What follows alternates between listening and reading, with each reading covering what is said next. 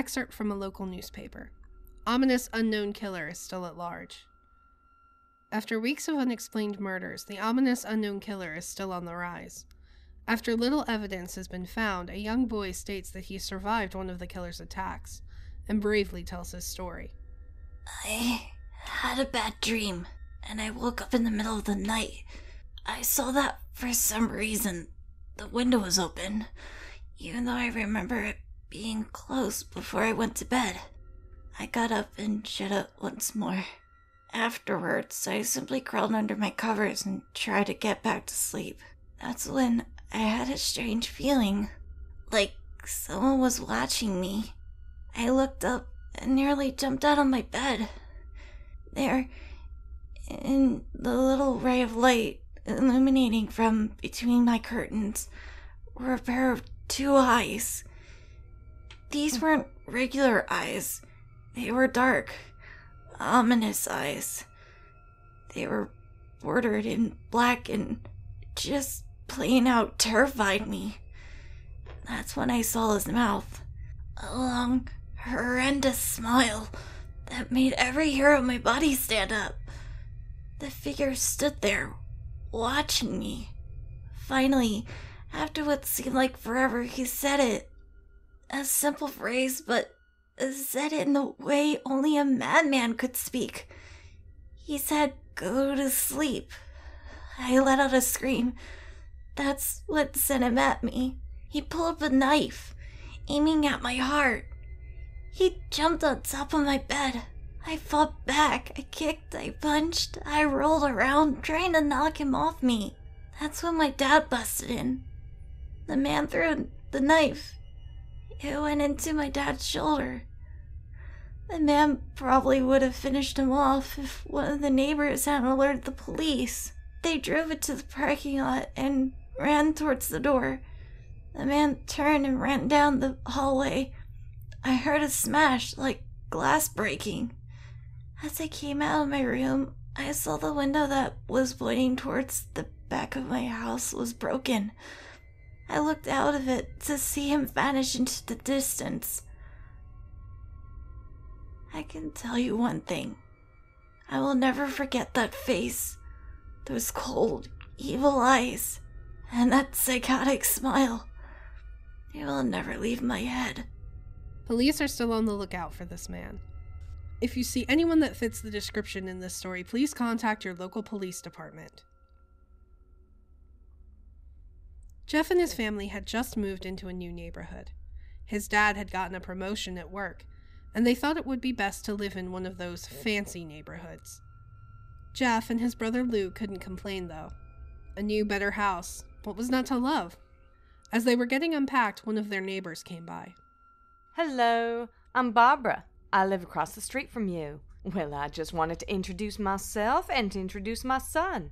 She turned around and called her son over. Billy, these are our new neighbors. Billy said hi and ran back to play in his yard. Well, I'm Margaret, and this is my husband, Peter, and my 2 sons, Jeff and Lou. They each introduced themselves, and then Barbara invited them to her son's birthday. Jeff and his brother were about to object when their mother said that they would love to. When Jeff and his family were done packing, Jeff went up to his mom. Mom, why would you invite us to some kid's party? If you haven't noticed, I'm not some dumb kid. Jeff, we just moved here. We should show that we want to spend time with our neighbors. Now we're going to that party, and that's final. Jeff started to talk, but stopped himself, knowing that he couldn't do anything. Whenever his mom said something, it was final. He walked up to his room and plopped down on his bed. He sat there looking at his ceiling when suddenly he got a weird feeling. Not so much a pain, but a weird feeling. He dismissed it as just some random feeling. He heard his mother call him down to get his stuff, and he walked down to get it. The next day, Jeff walked downstairs to get breakfast and got ready for school. As he sat there eating his breakfast, he once again got that feeling. This time it was stronger. It gave him a slight tugging pain, but he once again dismissed it. As he and Lou finished breakfast, they walked down to the bus stop. They sat there waiting for the bus, and then all of a sudden some kid on a skateboard jumped over them, only inches above their laps. They both jumped back in surprise. Hey, what the hell? The kid laughed and turned back to them. He kicked his skateboard up and caught it with his hands. The kid seemed to be about 12, 1 year younger than Jeff. He wears an Aeropastel shirt and ripped blue jeans. Well, well, well. It looks like we got some new meat. Suddenly, 2 other kids appeared. One was super skinny and the other was huge. Well, since you're new here, I'd like to introduce ourselves. Over there is Keith. Jeff and Lou looked over to the skinny kid. He had a dopey face that you would expect a sidekick to have. And he's Troy. They looked over at the fat kid. Talk about a tub of lard. This kid looked like he hadn't exercised since he was crawling. And I am Randy. Now, for all the kids in this neighborhood, there is a small price for bus fare. If you catch my drift. Lou stood up, ready to punch the lights out of the kid's eyes when one of his friends pulled a knife on him. I had hoped you would be more cooperative, but it seems we must do this the hard way. The kid walked up to Lou and took his wallet out of his pocket. Jeff got that feeling again. Now it was truly strong. A burning sensation. He stood up, but Lou gestured him to sit down. Jeff ignored him and walked up to the kid. Listen here, you little punk. Give back my bro's wallet or else. Randy put the wallet in his pocket and pulled out his own knife. Oh, and what will you do? Just as he finished the sentence, Jeff popped the kid in the nose. As Randy reached for his face, Jeff grabbed the kid's wrist and broke it. Randy screamed and Jeff grabbed the knife from his hand. Troy and Keith rushed at Jeff, but Jeff was too quick. He threw Randy to the ground. Keith lashed out at him, but Jeff ducked and stabbed him in the arm. Keith dropped his knife and fell to the ground screaming. Troy rushed him too, but Jeff didn't even need the knife. He just punched Troy straight in the stomach and Troy went down. As he fell, he puked all over. Lou could do nothing but look in amazement at Jeff. Jeff, how'd you... That was all he said. They saw the bus coming and knew they'd be blamed for the whole thing, so they started running as fast as they could. As they ran, they looked back and saw the bus driver rushing over to Randy and the others. As Jeff and Lou made it to school, they didn't dare tell what happened. All they did was sit and listen. Lou just thought of that as his brother beating up a few kids, but Jeff knew it was more. It was something scary. As he got that feeling, he felt how powerful it was, the urge to just hurt someone. He didn't like how it sounded, but he couldn't help feeling happy. He felt that strange feeling go away, and stay away for the entire day of school. Even as he walked home due to the whole thing near the bus stop, and how now he probably wouldn't be taking the bus anymore, he felt happy. When he got home, his parents asked him how his day was, and he said in a somewhat ominous voice, It was a wonderful day. Next morning, he heard a knock at his front door. He walked down to find 2 police officers at the door, his mother looking back at him with an angry look. Jeff, these officers tell me that you attacked 3 kids, that it wasn't regular fighting, and that they were stabbed. Stabbed, son! Jeff's gaze fell to the floor, showing his mother that it was true. Mom, they were the ones who pulled the knives on me and Lou. Son, we found 3 kids, 2 stabbed, 1 having a bruise on his stomach. And we have witnesses proving you fled the scene. Now what does that tell us? Jeff knew it was no use. He could say him and Lou had been attacked, but there was no proof that it was not them who attacked first. They couldn't say that they weren't fleeing because, truth be told, they were. So Jeff couldn't defend himself or Lou. Son, call down your brother. Jeff couldn't do it, since it was him who beat up all the kids. Sir, it was me. I was the one who beat up the kids. Lou tried to hold me back, but he couldn't stop me. The cop looked at his partner and they both nodded. Well, kid, looks like a year in juvie. Wait! They all looked up to see Lou holding a knife. The officers pulled their guns and locked them on Lou. It was me. I beat up those little punks. Have the marks to prove it. He lifted up his sleeves to reveal cuts and bruises as if he was in a struggle. Son, just put the knife down. Lou held up the knife and dropped it to the ground. He put his hands up and walked over to the cops. No, Lou, it was me! I did it! Jeff had tears running down his face. Ah, poor bro. Trying to take the blame for what I did. Well, take me away. The police led Lou out to the patrol car. Lou, tell them it was me! Tell them! I was the one who beat up those kids! Jeff's mother put her hands on his shoulders. Jeff, please, you don't have to lie. We know it's Lou. You can stop. Jeff watched helplessly as the car sped off with Lou inside. A few minutes later, Jeff's dad pulled into the driveway, seeing Jeff's face and knowing something was wrong. Son, what is it? Jeff couldn't answer. His vocal cords were strained from crying. Instead, Jeff's mother walked his father inside to break the bad news to him as Jeff wept in the driveway. After an hour or so, Jeff walked back into the house, seeing that his parents were both shocked, sad, and disappointed. He couldn't look at them. He couldn't see how they thought of Lou when it was his fault. He just wanted to sleep, trying to get the whole thing off his mind. 2 days went by with no word from Lou at JDC. No friends to hang out with, nothing but sadness and guilt. That is until Saturday when Jeff was woken up by his mother, with a happy, sunshiny face. Jeff, it's the day. She opened up the curtains and let light flood into his room. What's today? Why, it's Billy's party. Mom, you're joking, right? You don't expect me to go to some kid's party after... Jeff, we both know what happened. I think this party could be the thing that brightens up the past days. Now get dressed. Jeff's mother walked out of the room and downstairs to get ready herself. He fought himself to get up. He picked out a random shirt and a pair of jeans and walked downstairs. He saw his mother and father all dressed up, his mother in a dress and his father in a suit. He thought, why would they ever wear such fancy clothes to a kid's party? Son, is that all you're going to wear? Better than wearing too much. His mother pushed down the feeling to yell at him and hid it with a smile.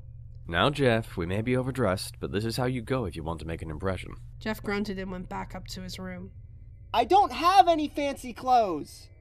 Just pick out something. He looked around in his closet for what he would call fancy. He found a pair of black dress pants he had for special occasions and an undershirt. He couldn't find a shirt to go with it, though. He looked around and found only striped and patterned shirts, none of which go with dress pants. Finally, he found a white hoodie and put it on. You're wearing that? His mother looked at her watch. No time to change. Let's just go. She herded Jeff and his father out the door. They crossed the street over to Barbara and Billy's house. They knocked on the door, and it appeared that Barbara was, just like his parents, way overdressed. As they walked inside, all Jeff could see were adults, no kids. The kids are out in the yard. Jeff, how about you go and meet some of them? Jeff walked outside to a yard full of kids. They were running around in weird cowboy costumes and shooting each other with plastic guns. He might as well be standing in a Toys R Us. Suddenly a kid came up to him and handed him a toy gun and hat. Hey, wanna play? No, kid. I'm way too old for this stuff. The kid looked at him with that weird puppy dog face. Please? Fine. He put on the hat and started to pretend to shoot at the kids. At first he thought it was totally ridiculous, but then he started to actually have fun.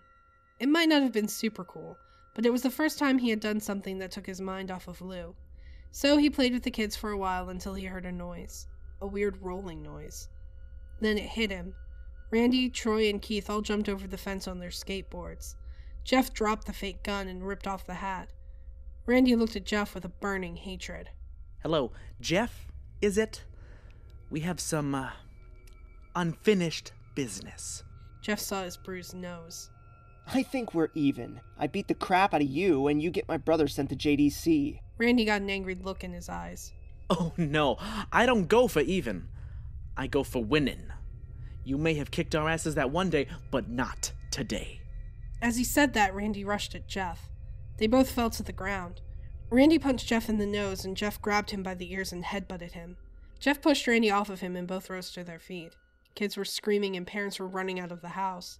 Troy and Keith both pulled guns out of their pockets. No one interrupts or guts will fly. Randy pulled a knife on Jeff and stabbed it into his shoulder. Jeff screamed and fell to his knees. Randy started kicking him in the face. After 3 kicks, Jeff grabbed his foot and twisted it, causing Randy to fall to the ground. Jeff stood up and walked toward the back door. Troy grabbed him. Need some help? He picked Jeff up by the back of the collar and threw him through the patio door. As Jeff tried to stand, he was kicked down to the ground. Randy repeatedly started kicking Jeff until he started to cough up blood. Come on, Jeff, fight me! He picked Jeff up and threw him into the kitchen. Randy saw a bottle of vodka on the counter and smashed the glass over Jeff's head. Fight! He threw Jeff back into the living room. Come on, Jeff, look at me! Jeff glanced up, his face riddled with blood. I was the one who got your brother sent to JDC, and now you're just gonna sit here and let him rot there for a whole year? You should be ashamed! Jeff started to get up. Oh, finally you stand and fight! Jeff was now on his feet, blood and vodka on his face. Once again, he got that strange feeling, the one he hadn't felt for a while. Finally, he's up! Randy ran at Jeff. That was when it happened. Something inside of Jeff snapped. His psyche was destroyed. All rational thinking was gone. All he could do was kill. He grabbed Randy and pile-drived him into the ground. He got on top of him and punched him straight in the heart. The punch caused Randy's heart to stop. As Randy gasped for breath, Jeff hammered down on him, punch after punch, blood gushing from Randy's body, until he took one final breath and died. Everyone was looking at Jeff now. The parents, the crying kids, even Troy and Keith, although they easily broke from their gaze and pointed their guns at Jeff. Jeff saw the guns trained on him and ran for the stairs. As he ran, Troy and Keith let out fire on him, each shot missing. Jeff ran up the stairs. He heard Troy and Keith follow up behind. As they let out their final rounds of bullets, Jeff ducked into the bathroom. He grabbed the towel rack and ripped it off the wall. Troy and Keith raced in, knives ready. Troy swung his knife at Jeff, who backed away and banged the towel rack into Troy's face. Troy went down hard, and now all that was left was Keith. He was more agile than Troy, though, and ducked when Jeff swung the towel rack. He dropped the knife and grabbed Jeff by the neck. He pushed him into the wall. A thing of bleach fell down on top of him from the top shelf. It burnt both of them, and they both started to scream. Jeff wiped his eyes as best as he could. He pulled back the towel rack and swung it straight at Keith's head. As he lay there, bleeding to death, he let out an ominous smile. What's so funny? Keith pulled out a lighter and switched it on. What's funny is that you're covered in bleach and alcohol.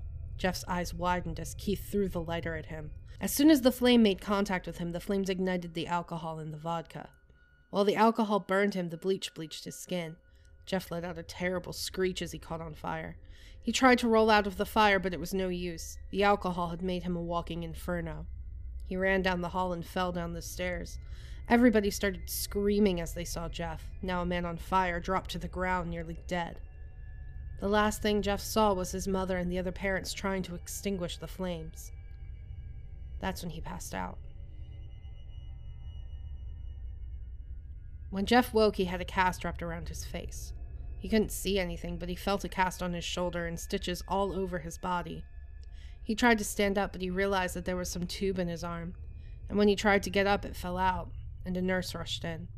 I don't think you can get out of bed just yet. She put him back in his bed and reinserted the tube. Jeff sat there with no vision, no idea of what his surroundings were. Finally, after hours, he heard his mother.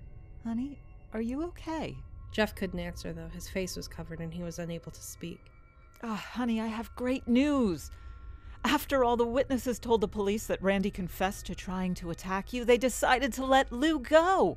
This made Jeff almost bolt up, stopping halfway, remembering the tube coming out of his arm. He'll be out by tomorrow, and then you two will be able to be together again. Jeff's mother hugged Jeff and said her goodbyes. The next couple of weeks were those where Jeff was visited by his family. Then came the day where his bandages were to be removed. His family were all there to see it, what he would look like. As the doctors unwrapped the bandages from Jeff's face, everyone was on the edge of their seats. They waited until the last bandage holding the cover over his face was almost removed.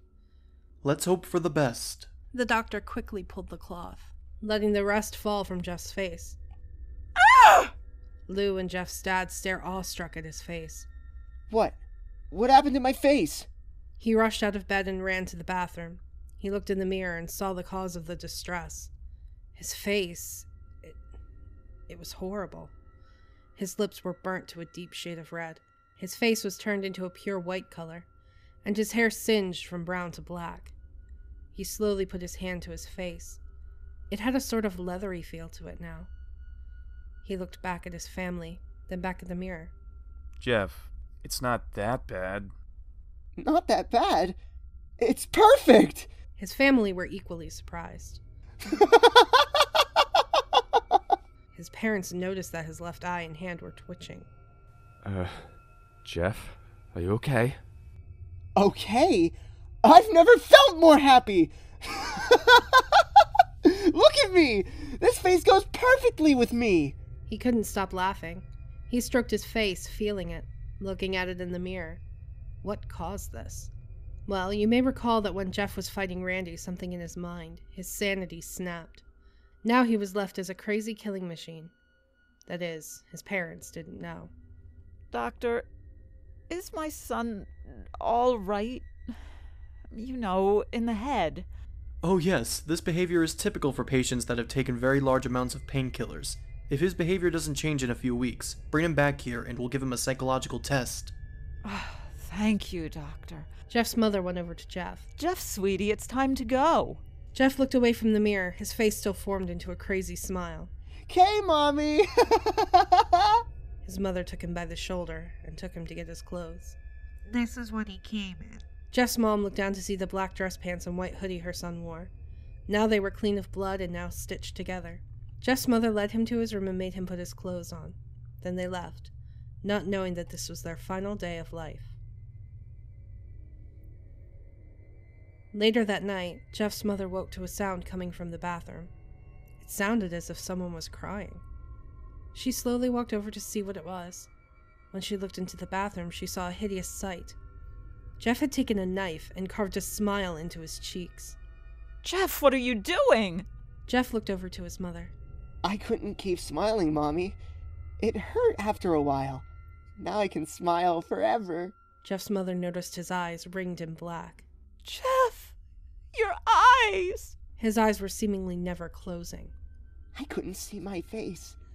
I got tired and my eyes started to close. I burned out the eyelids so I could forever see myself. My new face. Jeff's mother slowly started to back away, seeing that her son was going insane. What's wrong, Mommy? Aren't I beautiful? Yes, son. Yes, you are. Let me go get Daddy so he can see your face. She ran into the room and shook Jeff's dad from his sleep. Honey, get the gun, She stopped as she saw Jeff in the doorway holding a knife. Mommy, you lied. That was the last thing they heard as Jeff rushed them with the knife, cutting both of them. His brother Lou woke up, startled by some noise. He didn't hear anything else, so he just shut his eyes and tried to go back to sleep. As he was on the border of slumber, he got the strangest feeling that someone was watching him. He looked up before Jeff's hand covered his mouth. He slowly raised the knife, ready to plunge it into Lou. Lou thrashed here and there, trying to escape Jeff's grip. Shh. Just go to sleep. If you see anyone that fits the description in this story, please contact your local police department. Listen here, you little punk. Give me back my bro's wallet. Nope, that's not it. Jeff, these officers tell me that you attacked 3 kids. That it wasn't regular fighting and that they were stabbed. Too many S's. I'm just gonna talk at my monitor. I bet this sounds awful. My mic's pointing so far away from me. Let me just move that. Oh, yeah. I love that mic arm. Oh man, that audio wave is awful. God. He pulled back the towel rack. He broke... She put him back in his bed and reinserted the bed. Laughing sucks. Okay, Mommy. Oh, I hate laughing so much. Oh, Lord. Okay. Wait, is there more? Oh, no, why'd you do that? Script! I was so close. Okay. There was a break in the pages. Great. I burned out the eyelids so I could... Oh. Just go to sleep. Whoops. I was bouncing in my chair! Hey guys, do you like our content? Do you want to support the show? Click the link in the description below to visit our donation page. All proceeds go towards new and better equipment and games you want to see us play. Everyone who donates will get a special shout out at the end of future videos, and we're currently working on setting up some special perks for you. If you don't want to donate, that's okay too. You can support us by subscribing and clicking that bell icon so you get notified whenever we put out a new video. Hey guys! Thank you so much for checking out today's video. A big thank you to my friends Izumi, Hana, Courtney Pozzolo, Sharon Grunwald, Step by Voice, Erik Robert Smith, Zachary Scott, Corbin Condon, Erkman013, Gingershibby, Hikari Hellion, and Midnight and Beyond for helping me out today. Make sure to give them all some love. Links in the description down below. If you want to check out yesterday's story, click that box on the left. Or, if you want a revelation, go check out our latest Let's Voice Act series. Thanks for watching! Stay creepy, everybody!